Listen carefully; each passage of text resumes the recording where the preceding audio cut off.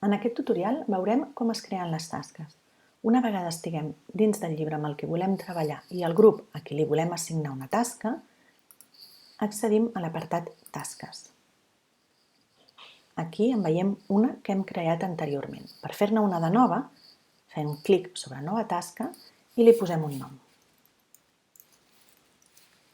Ara crearem la tasca amb les activitats de la pàgina 10. Establim un termini d'entrega, podem modificar l'hora, el nombre d'intents i si volem que es mostrin els encerts o els errors. Per afegir les activitats a la tasca hem d'anar a la pàgina del llibre i fer clic al damunt de l'activitat. Automàticament veurem totes les activitats de la pàgina i les podrem afegir o bé totes de cop o una per una, fent clic en aquesta icona d'aquí. Veiem que tenim un avís conforme s'ha afegit correctament l'activitat a la tasca.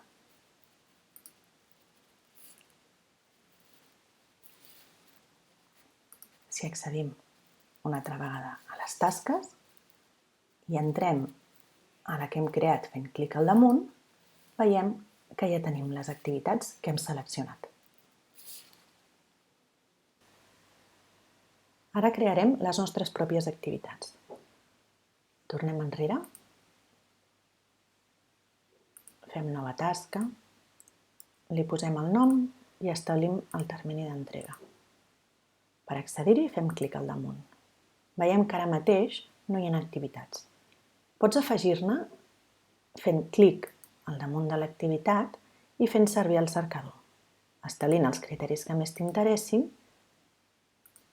i aplicant la cerca.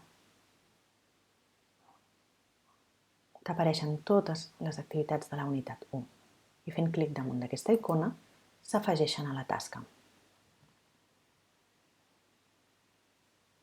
Podem tornar enrere i crear les nostres pròpies activitats.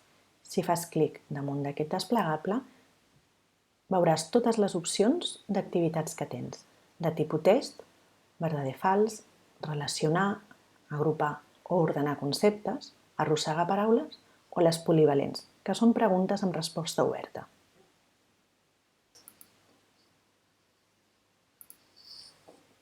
A l'apartat Enunciat, escrivim l'enunciat de la pregunta. En aquest cas, quin és el resultat de sumar 10 més 2? 12, verdader. 13, fals. 14, fals. I fem clic sobre Desa. Ja s'ha afegit la nostra activitat. Una activitat d'agrupar. Aquí indiquem l'enunciat, que en aquest cas és agrupa els nombres en parells i senars.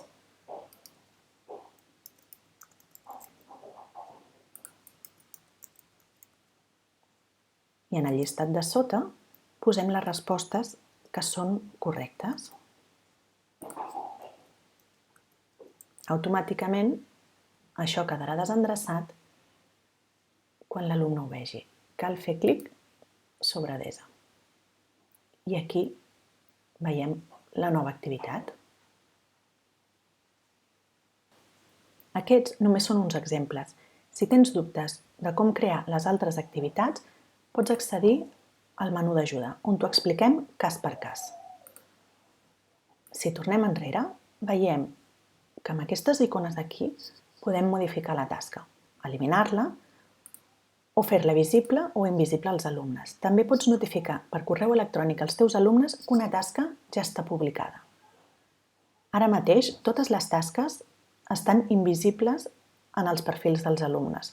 Si fem clic sobre l'ull, queda visible. Ara només deixarem les tasques pròpies visibles als alumnes.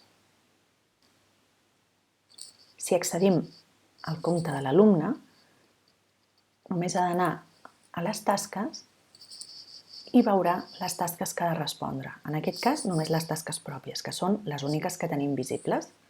L'alumne farà clic i respondrà.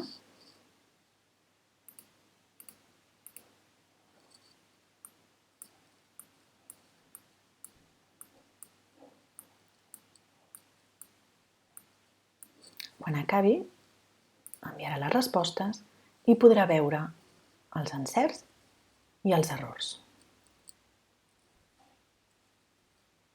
El professor rep automàticament les respostes de l'alumne. Les pot veure accedint a qualificacions.